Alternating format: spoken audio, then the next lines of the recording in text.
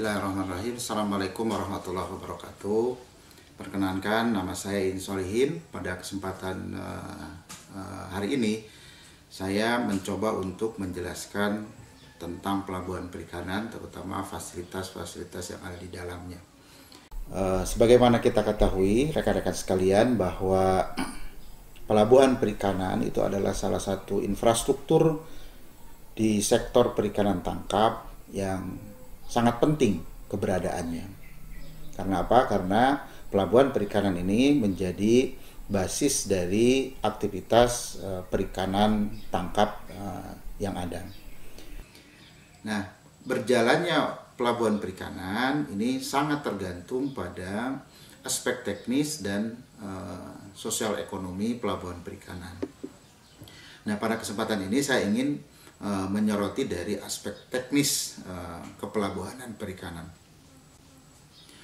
Kita ketahui bahwa fasilitas-fasilitas di pelabuhan perikanan ini sangat mendukung bagi berlangsungnya proses tambat labuh kapal perikanan di kolam pelabuhan perikanan. Ini sangat penting. Nah, oleh karena itu, maka kemudian kita akan masuk di salah satu fasilitas pelabuhan perikanan, yaitu dermaga. Apa itu dermaga, rekan-rekan sekalian? Dermaga itu adalah fasilitas pelabuhan yang berfungsi untuk tempat tambat dan labuh kapal perikanan. Nah, kalau kita lihat dari sisi fungsinya, maka dermaga ini kita bisa bagi menjadi 3 fungsi. Yang pertama itu adalah berkenaan dengan tempat membongkar hasil tangkapan. Kemudian yang kedua itu adalah tempat untuk memuat bahan perbekalan. Dan yang ketiga itu adalah tempat kapal-kapal beristirahat.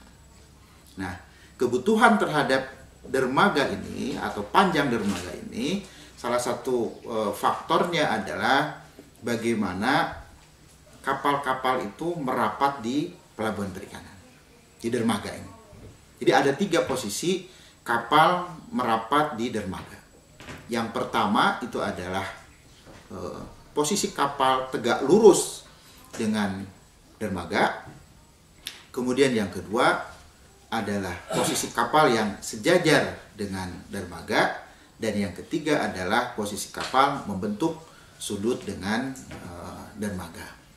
Nah, mana dari tipe-tipe dermaga ini yang dibangun itu sangat tergantung pada ketersediaan lahan dan biaya yang dialokasikan untuk pembuatan dermaga ini.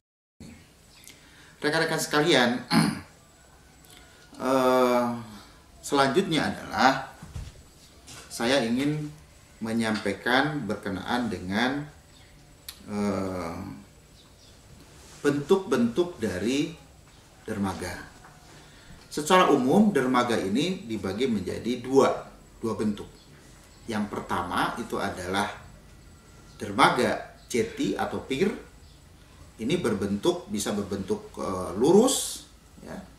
Kemudian bisa membentuk huruf T atau bahkan huruf L. Yang jelas adalah dermaga pier atau jetty ini menjorok ke laut. Nah, kemudian yang kedua adalah dermaga dengan tipe quay atau wall. Dermaga tipe quay atau wall ini itu adalah dermaga yang posisinya sejajar dengan garis pantai. Mana dari 2 tipe dermaga ini yang akan dibangun, itu akan sangat tergantung kepada tujuan dermaga itu, yaitu supaya bisa didarati atau dirapati oleh kapal. Oleh karena itu, maka kedalaman kolam pelabuhan yang diinginkan itulah yang kemudian akan dicari. Nah, ketika kemudian tinggi pasang surut yang relatif, perbedaan tinggi pasang surut yang relatif besar, ya, maka biasanya akan dibangun tipe pelabuhan pier atau jetty. Tujuannya adalah untuk bisa mendapatkan kedalaman kolam yang diinginkan. Nah, ketika kemudian sekitar garis pantai itu sudah memenuhi kedalaman kolam yang diinginkan, biasanya menggunakan tipe koi. Nah, ada memang beberapa persoalan ketika kemudian kita memilih dari dua tipe dermaga ini. Yang jelas bahwa tipe pier atau jetty ya itu memerlukan biaya yang relatif lebih besar dibandingkan dengan tipe quay atau wall ini. Nah, beberapa pelabuhan perikanan di Indonesia ada yang tipe dermaganya adalah jetty dan ada juga yang tipe dermaganya quay atau merupakan kombinasi antara quay dan jetty. Nah, untuk kasus di mana pelabuhan perikanan itu berada di sungai atau di muara sungai, biasanya tipe dermaga yang dibangun itu adalah tipe quay. Itu berkenaan dengan materi dermaga ya. Semoga bermanfaat bagi kita semua. Nah, insya Allah nanti kedepannya kita akan memberikan materi yang lain yang berkaitan dengan fasilitas di pelabuhan perikanan. Demikian, Assalamualaikum warahmatullahi wabarakatuh.